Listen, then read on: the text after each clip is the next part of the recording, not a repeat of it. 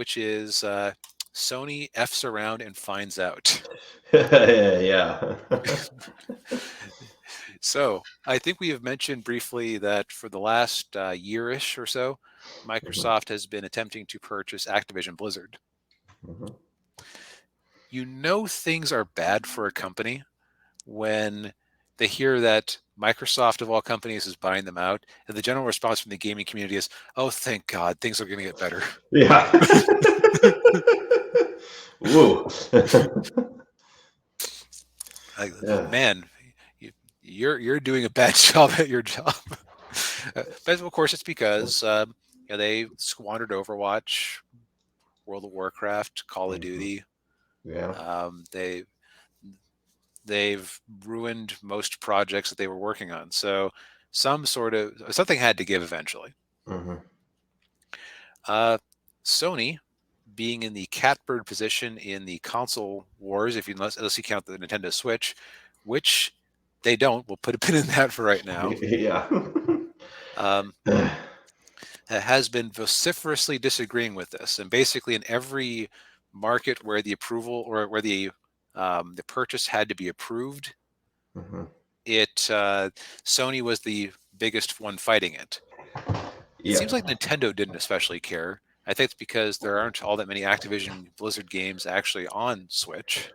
Yeah. I can't think of any really.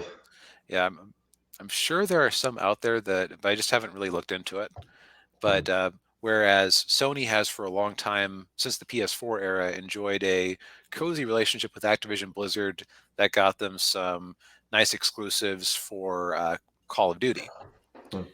which is, of course, one of those evergreen. You come out with a new game every year, and people buy the new game and a whole bunch of stuff that makes Sony money. So Yeah. Sony liked the idea of having those exclusivities. Yes, kids every year pay $60 or I guess now $70 for what is essentially the same game. Cha-ching. Yep, it's only a step removed from creative bankruptcy from the Madden series, Yeah. which incidentally, Activision Blizzard owns the basketball equivalent of that. Yeah. Uh, now, as far as how that all has been going, um, I recommend a YouTube channel that has been tracking it. I had unsubscribed from them for a bit because the news was just getting kind of samey, but now it's getting good again. It's called Destin.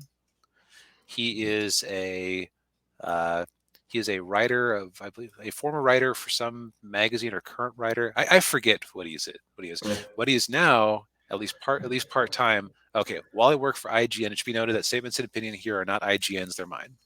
So he Okay. is an IGN journalist, but he does his own thing on the side, and it's Okay. 100,000 subscribers. He's doing quite well on the side. Yes, I would say so. So as far as as far as the ins and outs of it, if you want to go do some research, he actually had a really good live stream interview with someone a couple of weeks back. It's an hour, but it's a well spent hour. Let's see here. Da, da, da, da, da. Oh, he talked with Jaffe, the creator of God of War, about it. I didn't watch that whole one, but the good one is Michael Pachter on Xbox Activision about how it's going to hurt Sony badly, but he thinks that it's going to go through. Yeah. Now, here's so that's kind of all background, and again, like it's interesting. You actually have people who you think would be opposed to it saying, "Yeah, we kind of need this to fight Tencent," Yeah. which Tencent is the biggest gaming company in the world at this point because they own a little piece of a bunch of companies like Epic Games and uh, among others. Yeah. So this is being seen as a chance for Western games to build up the portfolio really needed to fight them. Because it Right. isn't about how many PS5s or Xbox Series X's do you sell. It's about, okay, how do you crack mobile? How do you do stream gaming or game Yeah. streaming? Yeah. However, That's a lot of preamble for this story, but since we haven't really been covering it, might as well. Yeah, you got to give some background. Yep.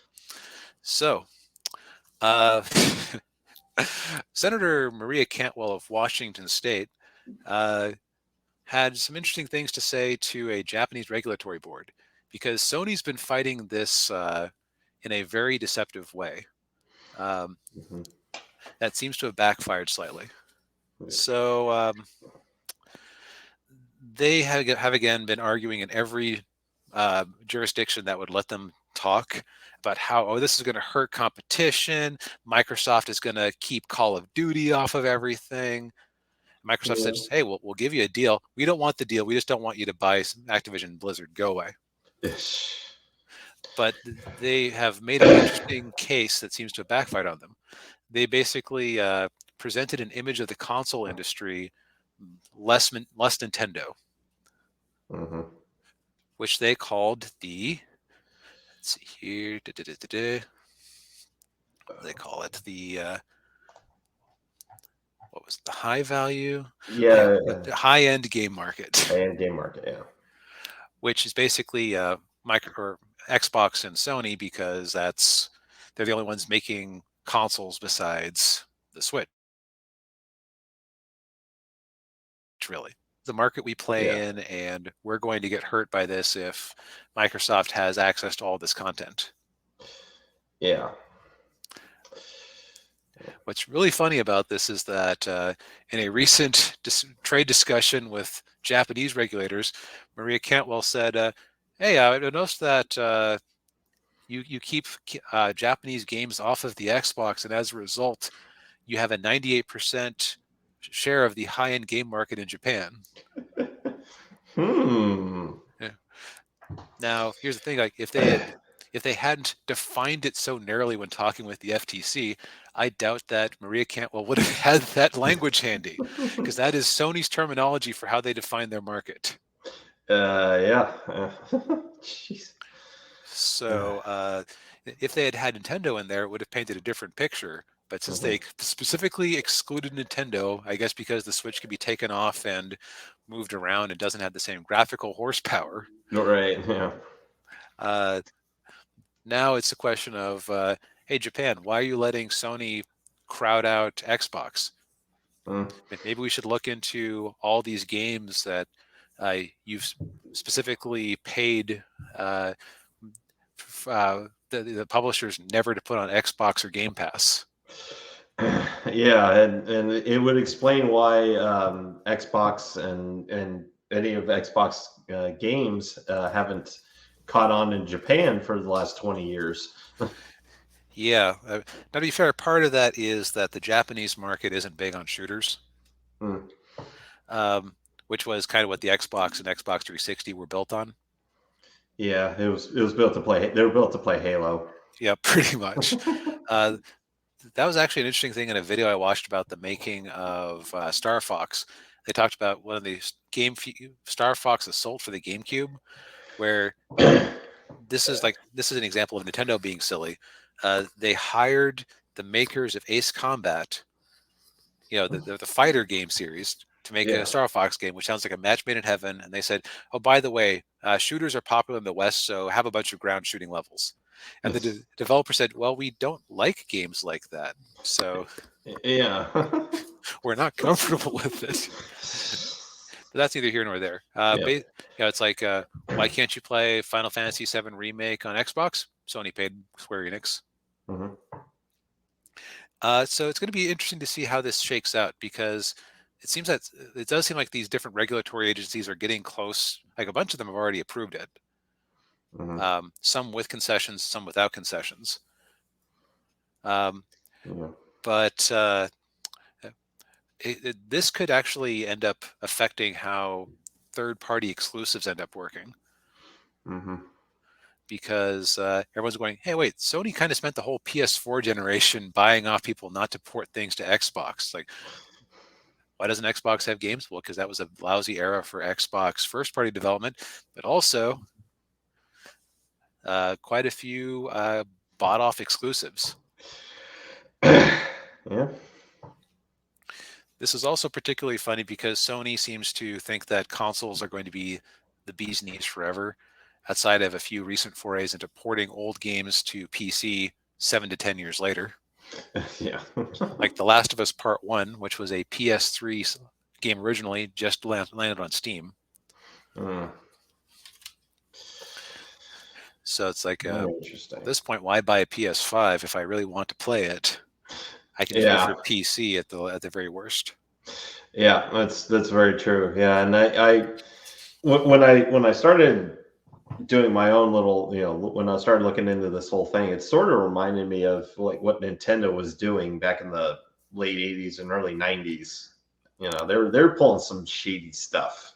With Yeah, yeah, I read the one book about it, and I think it was that Console Wars or console wars. Yeah, yeah, yeah, that's right. You saw the documentary. I read the book back in the yeah, day, yeah, and I think the description was if you had told the president of Nintendo at the time that he was a monopolist, he would have said, "Well, thank you," and moved on with yeah, his day.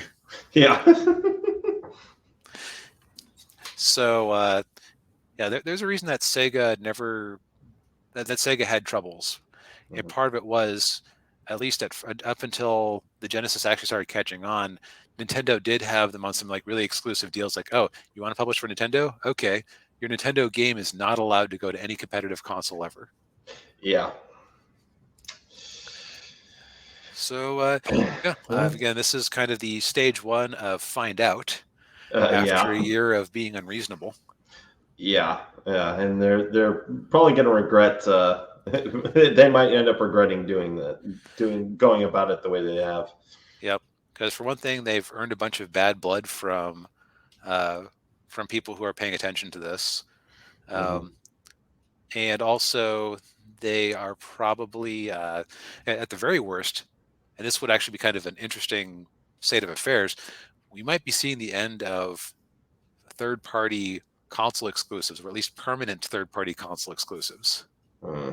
if if it is decided in various areas that this is a unreasonable restriction of fair trade, Yeah, which at this point would hurt Sony more than Microsoft, because Microsoft has been preferring to buy studios and make them first party.